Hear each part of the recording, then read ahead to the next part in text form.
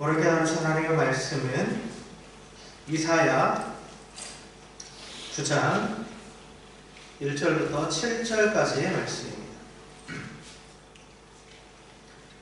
구약성경 이사야 9장 1절부터 7절까지의 말씀 한 절씩 교독합니다. 전에 고통받던 자들에게는 흑암이 없으리로다. 옛적에는 여호와께서 스불론 땅과 납달리 땅에 멸시를 당하게 하셨더니 후에는 해변길과 요단 저쪽 이방의 갈릴리를 영화롭게 하셨느니라.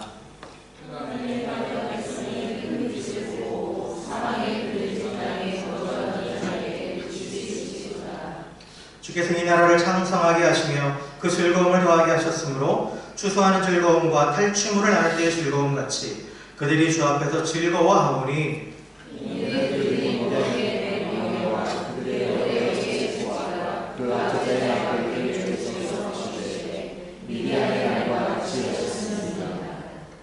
어지러이 싸우는 군인들의 신과 피 묻은 겉옷이 불의 섭같이 살라지리니 이는 하나님과 우리에게 하고 하나님을 우리에게 주신 바 되었는데 그의 어떤 정성을 살려고 그의 이름은 기유자라 모사 전능하신 하나님이라 영존하신 하나님이라 평강의 왕을 하는 것이니라. 함께 읽습니다.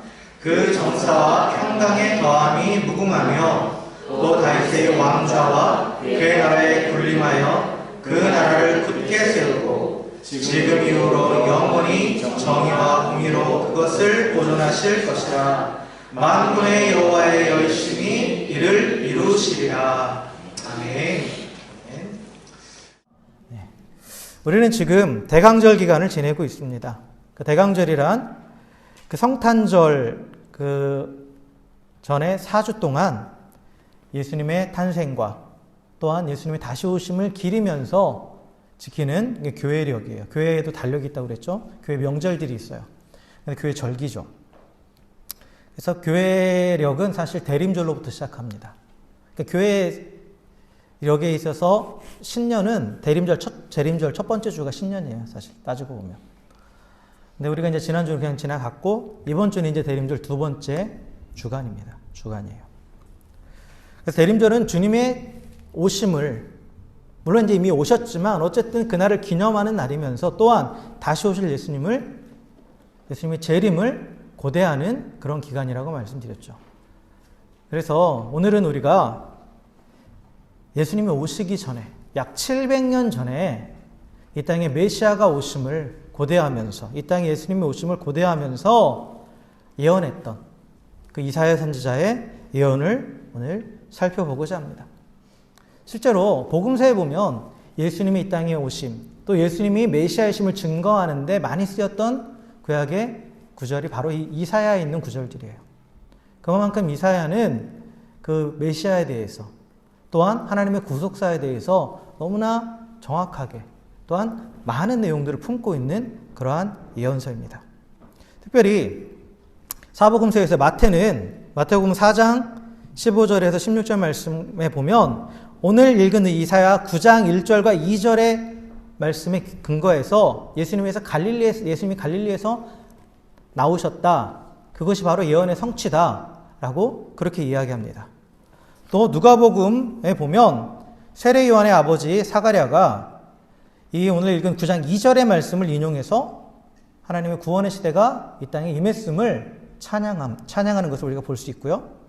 또 천사 가브리엘이 그 마리아에게 예수님의 잉태를 고지할 때 그때 인용했던 게 이사야 9장 7절 말씀이에요. 이사야 9장 7절의 말씀을 통해서 그녀의 아들의 출생으로 이 메시아가 이 땅에 오신다는 그 하나님의 약속이 성취될 것이라고 그렇게 가르쳐주고 있습니다. 그래서 오늘 우리가 이사야 9장의 말씀을 통해서 메시아가 어떤 분인지 그리고 메시아를 통한 하나님의 구원의 의미가 무엇인지에 대해서 우리가 좀 살펴봤으면 좋겠습니다.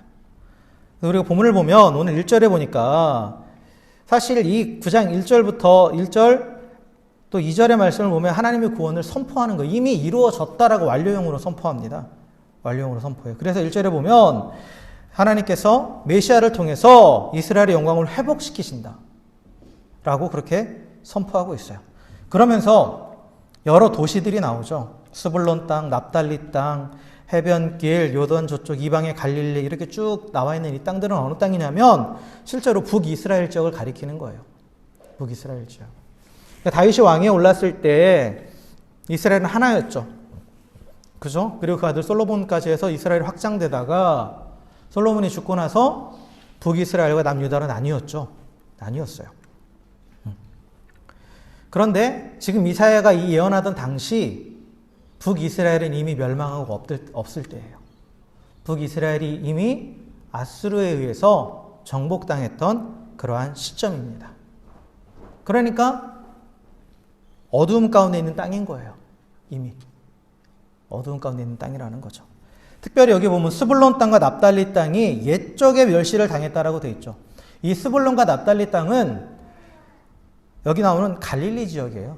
갈릴리 지역. 요단 동편에 있는 갈릴리 지역인데 이 지역은 사실 어느 때부터 점령당했냐면 이 북이스라엘이 아스리아에 의해서 완전히 멸망한 게 기원전 733년인데 기원전 900년경에 이미 다메섹에게 점령당한 지역이에요. 그러니까 옛적에 점령당했다라는 거야, 이미. 그러니까 오래전부터. 그래서 여기를 시작으로 해서 이스라엘이 하나 둘씩 주변 나라들한테 땅을 뺏기기 시작해요. 북이스라엘이. 그러다가 결국은 아수르에 의해서 주전 733년에 완전히 점령당하고 완전히 멸망하게 되죠.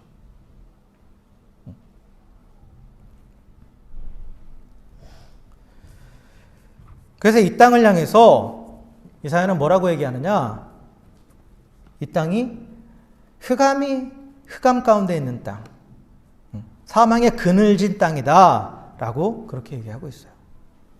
그런데 이 땅에 기쁜 소식을 지금 전하고 있죠.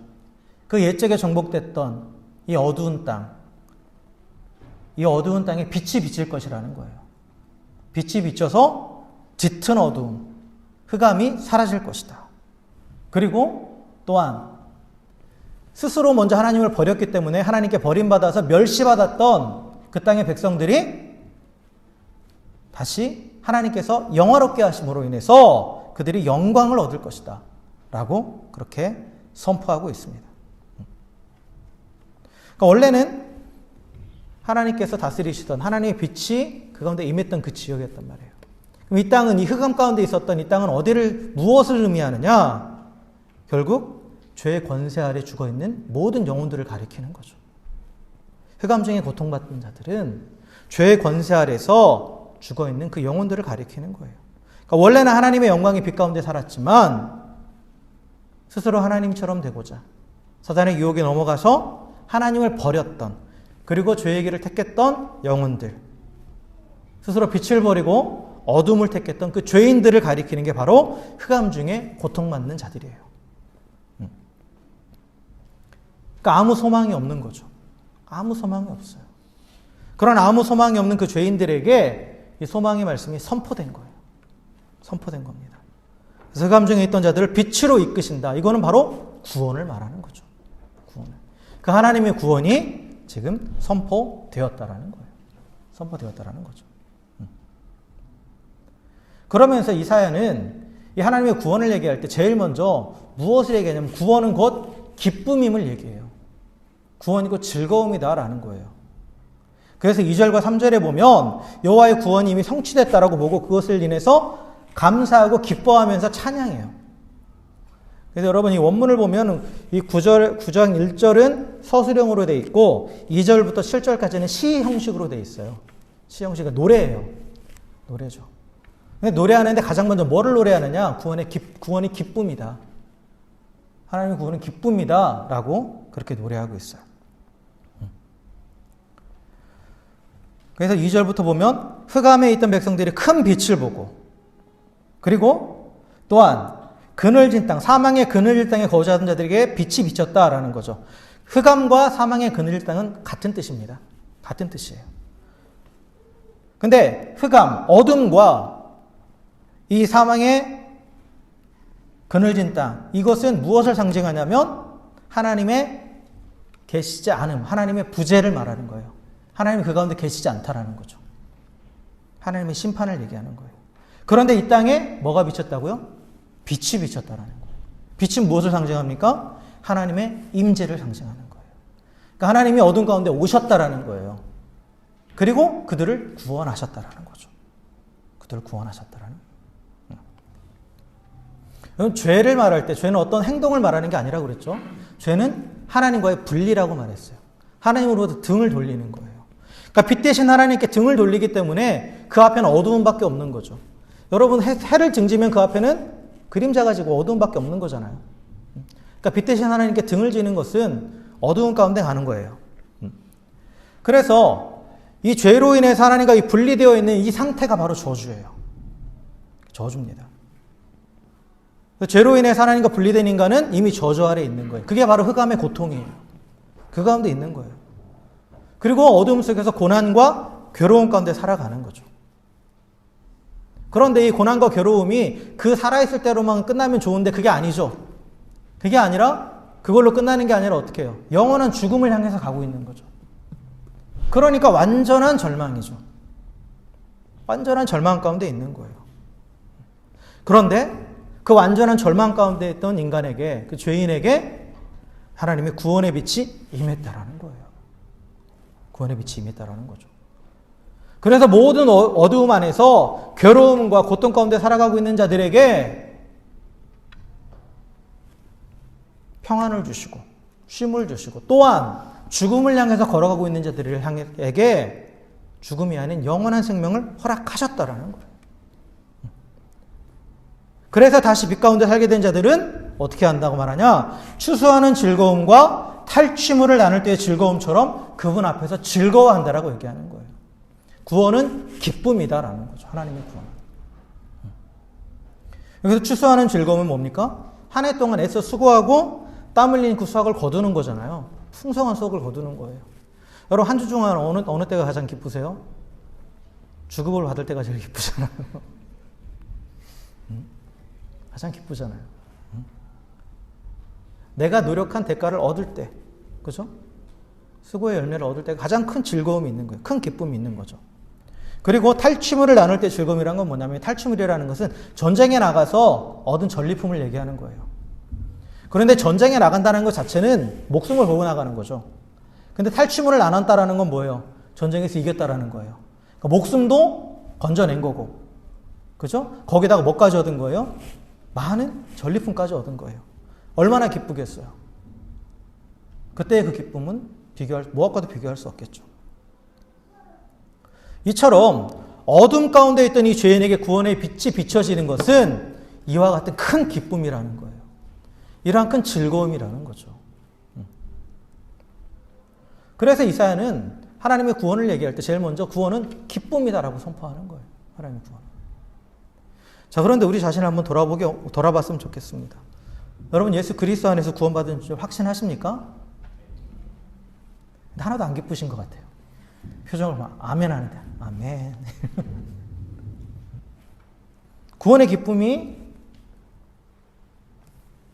주급을 받을 때보다 약하고 내가 뭔가를 얻을 때보다 약하죠 지금. 구원의 기쁨이 사라졌다라는 거예요 사실.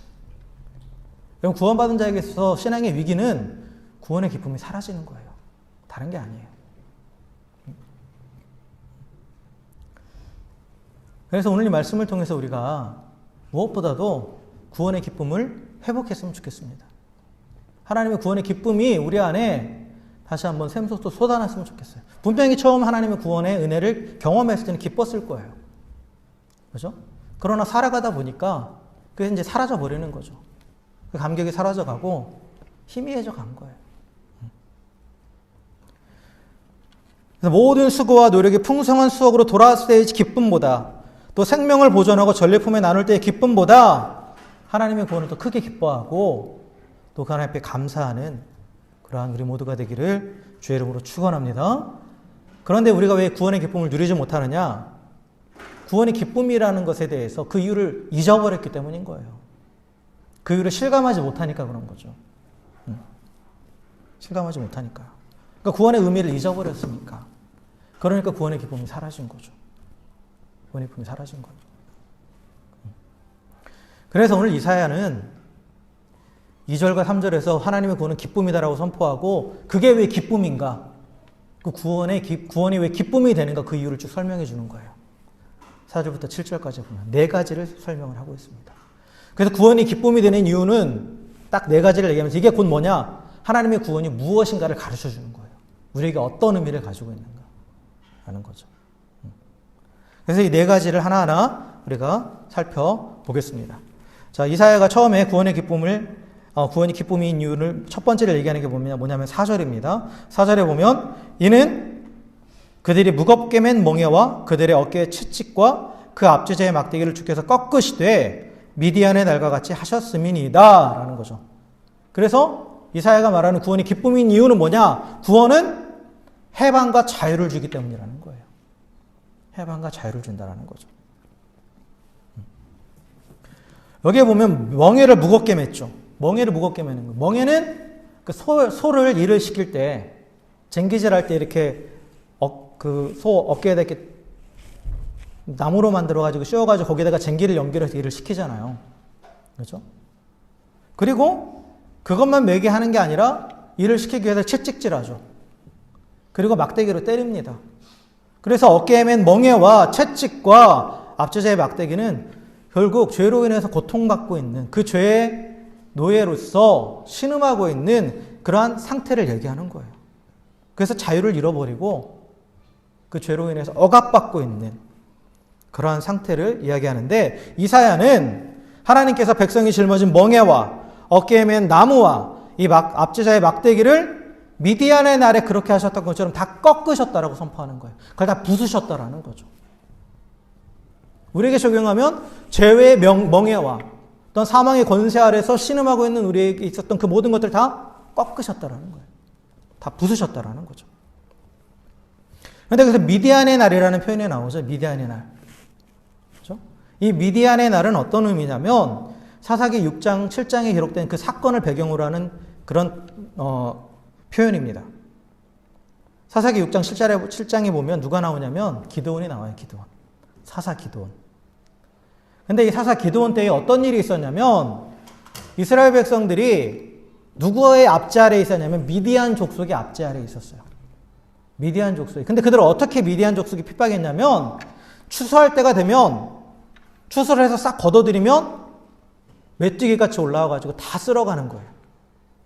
고생은 고생대로 하고 남는 건 아무것도 없는 거죠. 수고한 열매가 없는 거예요. 열심히 애쓰고 수고했는데 누가 다 가져가는 거예요? 미디안 족속이 싹 가져가 버리는 거예요. 그러니까 고통의 멍에만 메고 있는 거죠. 그러니까 기드온이 어떻게 하고 있었어요? 자기 곡식 뺏길까 봐. 왜 곡식을 이렇게 수확하면 타작을 해야 되잖아요? 그 알곡을 얻기 위해서는 타작을 하려면 넓은 마당에서 해야 되는데 넓은 마당에서 하면 보잖아요. 보면 득달같이 쫓아와가지고 다 뺏어간단 말이에요. 그러니까 그걸 뺏기고 싶지 않아서 어디서 타작을 하고 있었냐면 포도주를 짜는 틀, 뭐 별로 크지도 않은 그런 통이었을 것 같아요. 그 안에서 숨어가지고 타작을 하고 있었어요. 뺏기지 않으려고. 그러니까 얼마나 비참한 상태예요. 내가 노력하는 열매를 숨어서 그걸 거둬야 되는 정말 비참한 상태에 있었죠. 그런데 하나님께서 기드온을 사사로 세우셔서 미디안의 압제로부터 이스라엘을 해방시키셨죠. 해방시키셨어요. 그래서 여기서 미디안의 날은 어떤 날이냐? 하나님께서 미디안의 손에서 이스라엘을 구원하신 날이에요. 그런데 그 구원은 어떤 구원이었냐? 인간의 눈으로 봤을 때는 불가능한 거였어요. 그죠? 미디안과 기드온이 싸우러 나갈 때 기드온을 따랐던 사람은 300명이죠. 미디안의 군사는 몇 명이었습니까? 13만 5천이었어요. 단순히 산술적으로 계산해도 400대 1이에요. 절대 이길 수 없는 싸움이죠. 절대 이길 수 없는 싸움이에요. 그런데 하나님은 그 미디안과의 전투에서 이스라엘을 완벽하게 승리하게 하셨죠. 완벽하게 승리하게 하셨어요. 누가 싸우신 거예요? 하나님이 싸우신 거죠. 하나님이 싸우신 거예요. 300명이 아무리 사람을 쳐 죽여도 그렇게 할 수가 없어요. 그러니까 불가능한 승리를 하나님께서 가능하게 하셨다라는 거죠. 하나님이 가능하게 하셨다라는 거죠.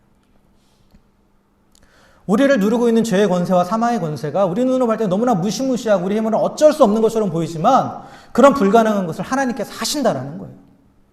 그걸 다 깨뜨리신다라는 거죠. 그래서 하나님께서 메시아를 통해서 죄의 멍에를 메고 죄의 권세 아래 심하며 고통당하는 백성들, 스스로 아무것도 할 수 없는 불가능한 상황 가운데 있지만 하나님이 그 모든 멍에를 깨뜨리셨다라는 거죠. 그래서 해방시켜 주셨다라는 거예요. 해방시켜 주셨다는 하나님이 하셨다라는 거죠. 하나님. 그리고 죄에서 해방됐다라는 것이 가지고 있는 의미는 뭐냐면 단순히 이제 죄의 압제 아래에서 풀려났다, 그것만 의미하는 게 아니라 원래 죄의 종이 된다라는 것은 죄의 영향 아래에서 고통을 계속 당하는데 고통 가운데 살 뿐만 아니라 그걸로 끝나는 게 아니라 장차 그 죄의 삭신 영원한 죽음을 향해서 나아가는 거예요. 그러면 죄에서 해방됐다라는 것은 지금 당장의 죄로 인한 고통과 괴로움으로 해방됐다는 것만 의미하는 것이 아니라 죄의 삭신 사망을 향해서 나아가던 우리들이 이제 영원한 생명을 향해서 나아가게 됐다라는 거죠. 영원한 죽음이 아닌 영원한 생명을 얻게 됐다라는 거예요. 생명을 얻게 됐다라는 거죠. 그래서 하나님의 구원은 우리 눈으로 봤을 때는 불가능해 보이는 일인데 우리를 모든 죄와 사망의 권세에서 해방시켜 주실 뿐만 아니라 이제 영원한 죽음에서 영원한 생명을 얻게 하셨다라는 거예요. 엄청난 사건인 거죠. 이건 엄청난 사건이에요. 우리 영원히 달려있는 문제예요. 영원. 영원이라는 시간이. 그렇기 때문에 이 하나님의 구원은 우리를 죄에서 해방시키시고 자유를 주실 뿐만 아니라 영원한 생명을 주시는 그런 구원이 있기 때문에 기뻐한다라는 거예요. 그게 우리의 기쁨이 된다라는 거죠. 이게 첫 번째 이유입니다. 하나님의 구원이 기쁨이 되는 이유는 우리에게 자유와 해방을 주시고 영원한 생명을 허락하셨기 때문에 기쁨이라는 거예요. 두 번째로 구원이 우리의 기쁨이 되는 이유는 뭐냐? 구원은 우리에게 참 평화를 가져다 주기 때문입니다. 참 평화를. 5절에 보면 이렇게 얘기해요. 어지러이 싸우는 군인들의 신과 피 묻은 겉옷이 불의 섭같이 살라지리니 라고 되어 있죠. 말이 참 어렵죠? 근데 여기서 보면 어지러이 싸우는 군인들의 신, 이건 한마디로 말하면 군인들이 신고 있는 전투화를 말하는 거예요. 군화를 말하는 거고, 피 묻은 겉옷은 군인들이 입고 있는 군복을 얘기해요. 군화와 군복은 뭐를 상징합니까? 전쟁을 상징해요. 그러니까 피 묻은 군복, 어지러이 싸우는 군화, 그럼 이건 전쟁을 상징하는 거죠. 그런데 이것이 다 어떻게 된다고요? 불의 섭같이 살라진다. 섭이라는 것은 지푸라기를 말하는 겁니다. 지푸라기는 순식간에 타버리잖아요. 완전히 타버리잖아요. 그것처럼 완전히 불타서 없어진다라는 거예요. 그럼 뭐예요? 더 이상 전쟁이 없다라는 거죠. 백성이 더 이상 전쟁에 휩쓸리지 않고 평화롭게 살게 된다라는 거예요. 근데 이 말은 당시 이 시대에 살던 사람들에게 가장 와닿는 말이에요. 왜냐하면 이 아수르라는 이 민족은 전투민족이에요. 그 당시 고대 사회는 항상 전쟁이 있었고, 특별히 지금 이사야가 예언하던 시대는 아수르가 가장 부강하던 시대거든요. 근데 이 아수르는 정말 잔인하게 전쟁을 치렀던 그런 민족이에요. 그러니까 전투민족이 항상 전쟁이 끊이지 않았어요. 그래서 이 아수르는 수시로 군사훈장을 떠났고, 이 아수르가 전투하러 나온다라는 소식만 듣고도 주변의 나라들은 다 두려움에 휩싸였습니다. 그리고 아수르의 침략으로 인해서 이스라엘은 망했죠. 북이스라엘은 망했어요. 그리고 여러분 성경을 보시면 아수르가 유다도 침공합니다. 유다도 침공하죠. 히스기야 왕 때. 유다도 침공해요. 계속해서 유다를 괴롭혀 왔단 말이에요. 그런데 하나님께서 뭐라고 말씀하시냐? 더 이상 전쟁이 없을 것이다. 더 이상 전쟁이 없다라는 거죠. 왜? 하나님께서 너희 대적을 완전히 물리치셨다라는 거예요. 하나님께서 너희를 압제하는 자의 죄와 사망의 권세에서 너희를 건져냈을 뿐만 아니라 너희를 압제하는 자를 완전히 싸워서 물리치셨다라는 걸 의미해요. 그래서 더 이상 전쟁이 없다라는 거죠. 그러니까 첫 번째에서 우리가 자유와 해방을 얻었더라도 우리 압제자가 다시 와서 우리가 싸워서 우리를 이기면 다시 우리를 데려갈 거 아니에요. 그잖아요. 근데 전쟁이 없다라는 것은 다시 그렇게 돌아가지 않는다라는 거예요. 이렇게 돌아가지 않는다라는 거죠. 하나님께서 모든 악한 사단의 세력과 싸워서 이기셨다라는 거예요. 사단이 가지고 있는 가장 큰 권세는 죽음의 권세거든요. 죽음으로 인해서 우리를 두려움 가운데 조종한단 말이에요, 인간을. 그런데 하나님께서 사단이 가지고 있는 가장 큰 권세인 사망의 권세를 깨뜨리시죠. 예수 그리스도의 부활을 통해서. 그래서 완전히 이기신 거예요, 완전히. 그래서 더 이상 전쟁이 없다라는 거예요. 더 이상 전쟁이 없다라는 거죠.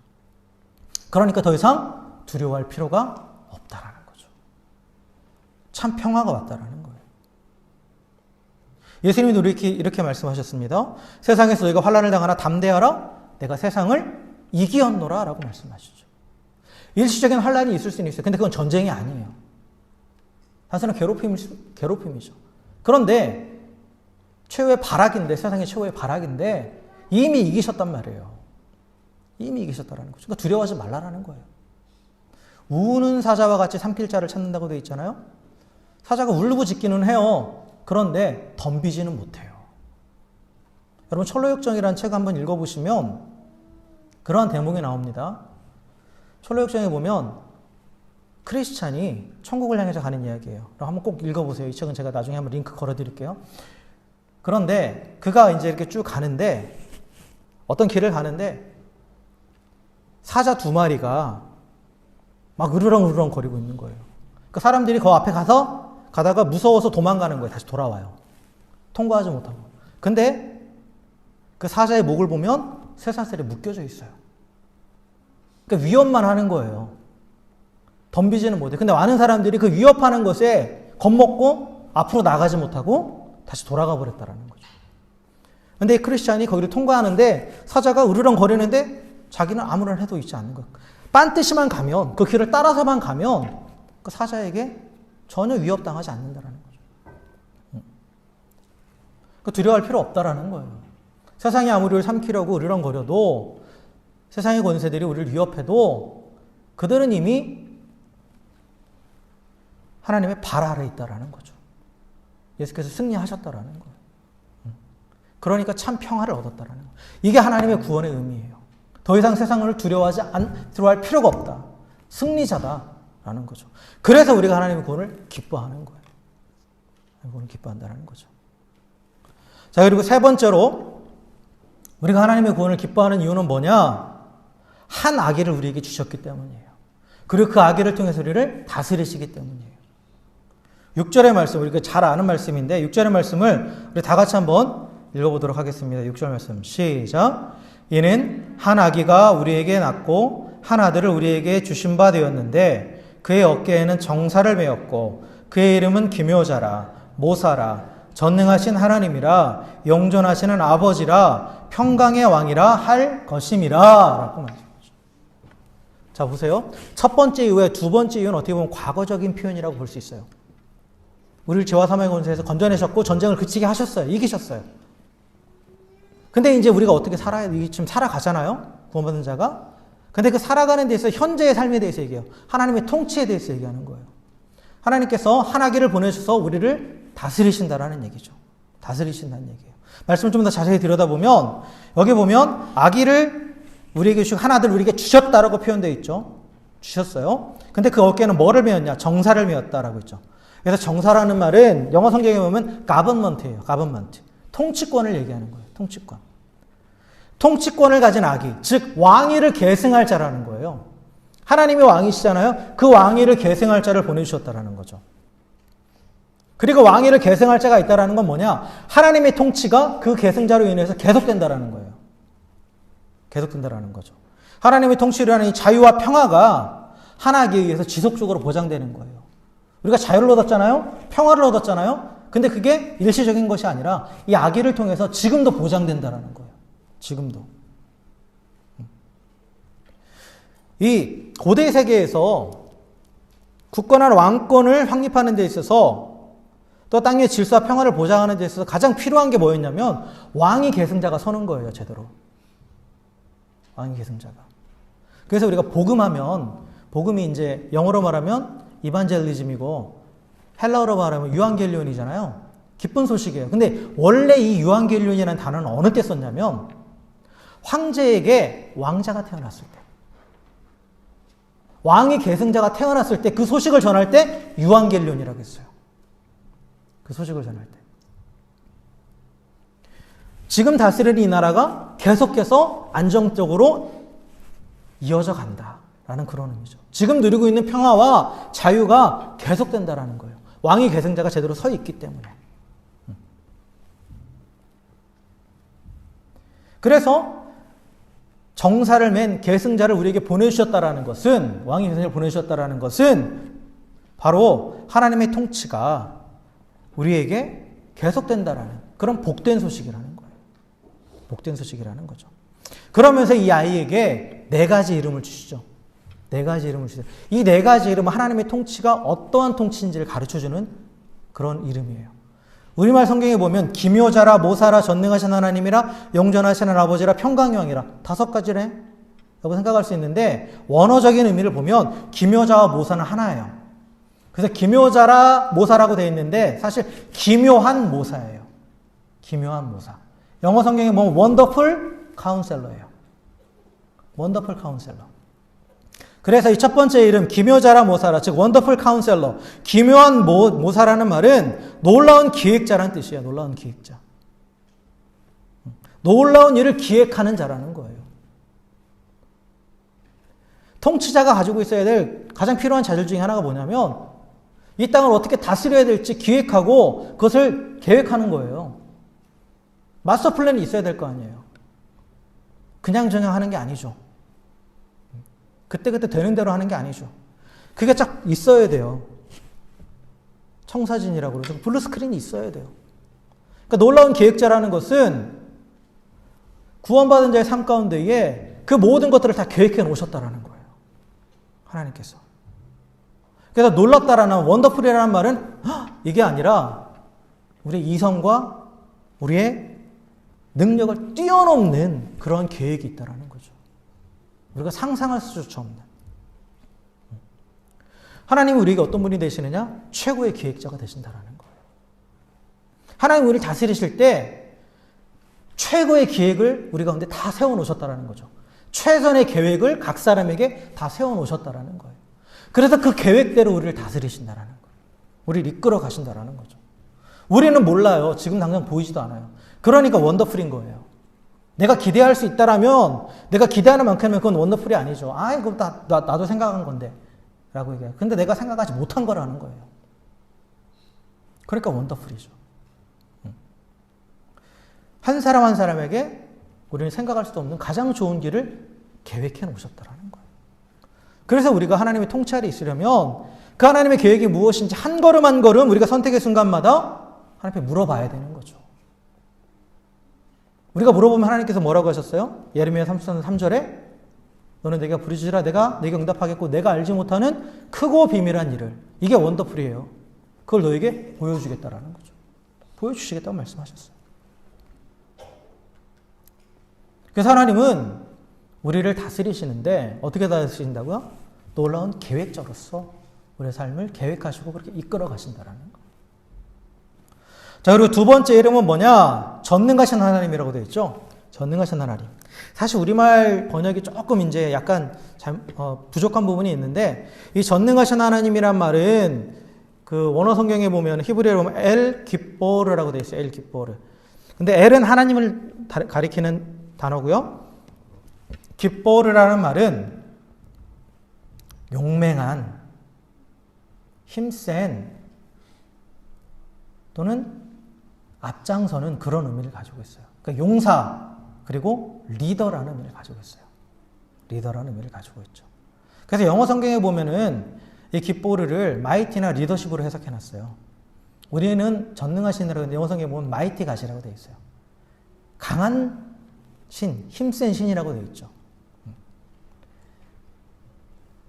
이 고대 사회에서는 왕은 최고의 용사예요. 모든 전쟁에서 가장 앞에 서 있는 게 왕이죠. 여러분 그런 옛날 그 전쟁 영화들 그런 거 보면 반지의 제왕이나 이런 것도 봐도 왕이 제일 앞에 서서 막 나를 따르라 하면서 막 가잖아요. 그러니까 최고의 용사는 왕이에요. 이스라엘에 있어서도 다윗의 예를 쭉 봐도 다윗은 항상 전쟁에 앞서 있었죠. 물론 말년에 그가 이제 좀 나이가 들고 힘드니까 부하들이 이제 뒤로 가라고 더 이상 이제 앞장서지 마시라고 얘기는 하는데 항상 전쟁에 앞서 나갔어요. 그래서 왕을 세울 때 사울을 왕을 세울 때도 그랬잖아요. 사울이 기골이 장대하니까 저 사람 우리의 왕이 될 만한 자격이 있다라고 사람들 그렇게 인정했잖아요. 최고의 용사가 왕이 되는 거예요. 그럼 최고의 용사라는 건 앞장선다라는 거예요. 왕은. 앞장서서 먼저 싸우는 자라는 거죠. 백성들을 위해서. 힘써 싸우는 거예요. 그래서 하나님 우리를 다스리신다고 했을 때 하나님 우리의 보스가 되는 게 아니라 우리 리더가 되시는 거예요. 리더와 보스의 차이점. 어떤 그림을 보니까 잘 표현되어 있더라고요. 보스는 그 추종하는 자들을 자기 밑에 깔아놓고 그 위에 올라가서 채찍질하는 자예요. 근데 리더는 자기를 추종하는 자들 가장 앞에서 먼저 끌어가는 자예요. 먼저 끌어가는 자죠.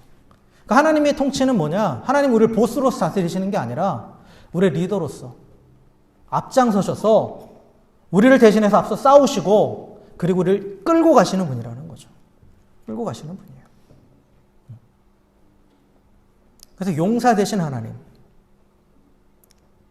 우리 리더 되시는 하나님이라는 거죠. 그리고 하나님은 가장 강한 용사죠. 그분을 이길 수 있는 건 아무것도 없어요. 그러니까 하나님이 앞서 싸워주시기 때문에 우리는 더 이상 겁낼 게 없다라는 거죠. 우리는 어떻게만 하면 돼요? 앞서가신 그 하나님을, 주님을 따라가기만 하면 되는 거죠. 따라가기만 하면 된다는 거예요. 이게 하나님의 통치예요. 하나님의 통치 아래에 있는 자의 모습이에요. 하나님을 따라가는 거죠.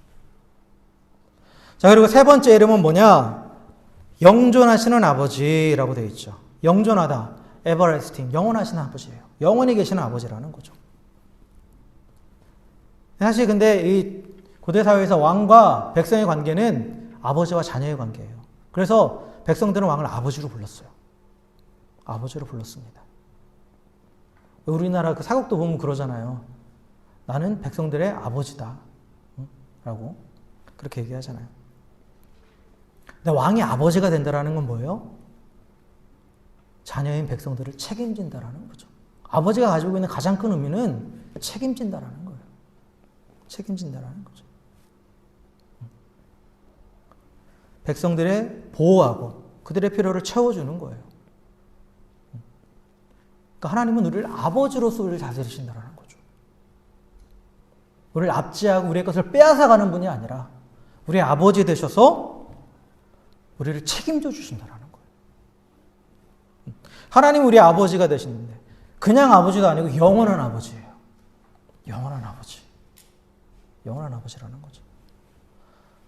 우리가 하나님 우리가 아버지라고 부를 때, 즉 우리가 하나님의 자녀라는 것은 하나님 우리를 책임지셔야 되는 그런 의무가 있는 거고, 우리는 하나님께 구할 수 있는 권리가 있죠. 자녀로서 부모에게, 아버지에게 요구할 수 있는 세 가지 권리가 있죠. 첫 번째는 보호받을 권리, 보호권이 있어요. 두 번째는 내가 필요한 것을 구할 수 있는, 청구할 수 있는 청구권이 있죠. 세 번째는 아버지의 모든 것을 물려받을 수 있는 상속권이 있어요. 그죠? 이 권리가 있단 말이에요. 하나님이 우리의 아버지 되신다고 하는 것은 우리에게 이 권리를 주셨다는 거예요. 그러니까 우리는 이 권리를 행사할 수 있는 거죠. 하나님의 보호하심을 구할 수 있고, 필요를 따라 하나님께 구할 수 있고, 또한 하나님이 장차 하나님의 나라를 우리 가운데 유업으로 주시겠다는 그 약속을 주셨기 때문에 하나님의 나라를 누릴 그런 권리가 있다는 거예요, 장차. 그래서 하나님은 우리를 아버지로서 책임지시고 끝까지 함께 하신다는 거예요. 영원히 함께 하신다는 거죠. 그리고 네 번째 이름은 뭐냐? 평강의 왕이라고 되어 있죠. 평강의 왕. 평강의 왕.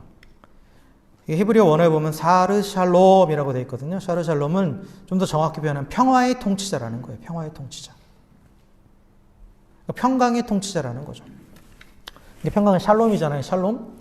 샬롬은 이제 가장 좁게 말하면 전쟁의 상태가 끝난 거고, 전쟁과 반대되는 개념이고, 근데 좀 더 넓은 의미에서, 그리고 좀 깊은 의미를 따져고 보면 이건 뭐냐면 모든 것이 균형 잡힌 상태예요. 모든 것이 균형 잡힌 상태죠. 평강의 반대는 혼돈이에요. 혼돈입니다. 평강의 반대는. 그럼 혼돈은 뭐예요? 모든 균형이 깨어져 버린 거죠. 하나님의 창조의 원리 두 가지 말씀드렸죠. 하나님의 창조 원리 두 가지 전혀 기억 안 나시겠죠? 첫째는 뭐냐면 혼돈을 질서로. 그 다음 두 번째 공허를 충만으로. 혼돈 가운데 있는 것들을 질서를 잡으시고 그리고 비어있는 그것을 하나님의 충만하심으로 채우시는 거라고 그랬어요. 그게 하나님의 창조의 원리라고 그랬죠. 하나님 구원 마찬가지예요. 하나님 구원도. 이게 바로 하나님이 질서를 잡으시고 모든 것이 충만한 상태가 샬롬이에요. 샬롬.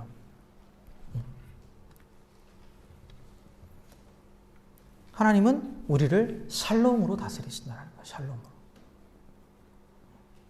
우리의 모든 질서를 잡으시고 그 안에 충만하게 채워주신다는 거죠. 우리의 삶에. 평강이 없는 이유는 뭐냐? 왜 혼돈과 공허함이 있느냐? 기준이 제대로 서 있지 않기 때문이에요. 기준이. 그러니까 질서가 세워지지 않는 이유는 기준이 없기 때문이죠. 기준이 없기 때문이에요. 기준, 즉 공의와 정의가 바로 서지 못했기 때문이라는 거예요. 그래서 왕이 평화의 통치자가 되기 위해서는 가장 먼저 해야 될 게 뭐냐면 공의와 정의로 다스려야 돼요. 그래서 실제적으로 우리가 그 역사적인 왕의 선정을 몇 번 왕을 볼 때 법 체계를 제대로 세우죠. 그리고 법에 따라서 엄격하게 집행을 해요. 정의를 실현하죠. 그래야 그 나라가 평안해지는 거예요. 기준 없이 이랬다 저랬다 왕의 기분에 따라서 신하들의 말에 따라서 이랬다 저랬다 하면 그 나라는 혼돈 가운데 빠지는 거죠. 그리고 백성들은 피폐해지는 거죠. 하나님이 우리에게 평화를 주실 때도 마찬가지예요. 하나님이 공의와 정의로 우리를 다스리신다라는 거예요. 여기서 공의란 뭐냐? 하나님의 공의는 뭐냐면 하나님의 언약, 그 하나님의 말씀대로 행하시는 것을 말해요. 공의는 물론 신학적으로 따지면 좀 더 많은 복잡한 의미가 있지만 한마디로 말하면 하나님께서 약속하신 대로 말씀하신 대로 행하신다라는 거예요. 그게 공의예요. 그럼 정의는 뭐냐? 하나님의 약속대로 하나님의 말씀하신 대로 심판하신다라는 거예요. 이 두 가지가 바로 서야 그게 기준이 되는 거고 그 기준이 바로 섰을 때 모든 질서가 잡히는 거예요.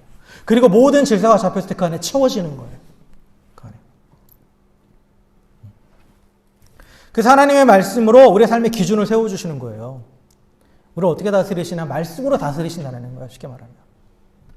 말씀의 기준을 우리 삶 가운데 세워주셔서 말씀 가운데에서 분명하게 분별하게 하시는 거죠. 그러니까 혼돈이 없는 거예요.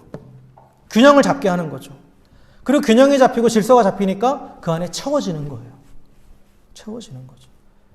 그래서 하나님의 통치 아래서 참된 평안을 누리게 되는 거죠. 참된 샬롬을 누리게 되는 거예요. 그래서 하나님 우리를 말씀으로써 다스리시면서 우리 가운데 참 평안을 주시는 분이다라는 거죠.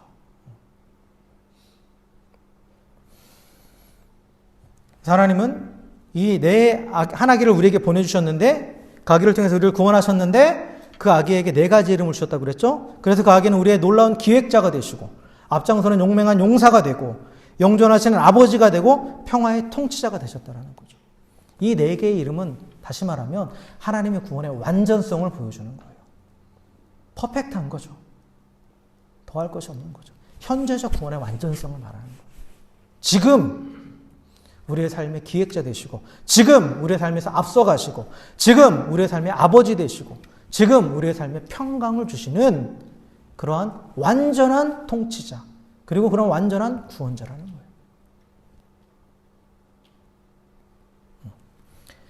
그래서 우리가 하나님의 구원을 기뻐한다라는 거죠.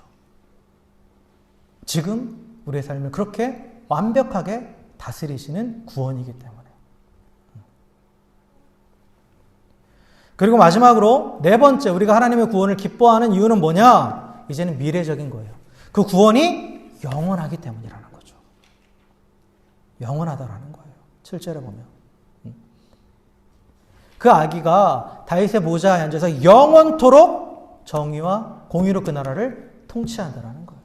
영원하다라는 거죠. 그 하나님의 다스리심이 일시적이고 이례적인 것이 아니라 영원하다라는 거예요. 흔들리지 않고 끝까지 간다라는 거죠. 그리고 그 하나님의 다스리심이 가능하게 하는 건 뭐냐? 만군의 여호와의 열심이라는 거예요. 만군의 여호와의 열심. 여기서 만군의 여호와의 열심이라고 했을 때 열심, 다른 말로는 질투로도 표현돼요. 이거는 뭐냐면 사랑의 관계 안에서 독점적인 사랑을 표현하는 거예요. 독점적인 사랑을. 그래서 이게 긍정적인 의미에서 열심이고 부정적인 의미에서 질투잖아요. 그러니까 하나님이 우리를 향한 그 사랑이 독점적이라는 건데, 그래서 그 사랑을 배반했을 때는 질투로 돼서 진노로 다가오는 거고, 그 사랑 안에 있을 때에는 그 열심이 돼서 우리를 구원하시고, 그리고 그 구원이 영원히 지속되게 하신다라는 거예요. 그걸 하나님이 하신다라는 거죠. 결국은 하나님의 사랑이 우리의 구원을 가능하게 하시고 그 구원을 영원히 지속하신다라는 거예요. 영원하게 하신다라는 거죠. 하나님의 구원이 영원하다라는 것은 하나님의 구원이 계속된다라는 걸 의미해요. 즉, 한번 구원받았으면 끝이 아니라 또 날마다 우리 삶 가운데서 하나님의 구원이 계속해서 일어난다라는 거예요. 삶의 현장 가운데서. 날마다.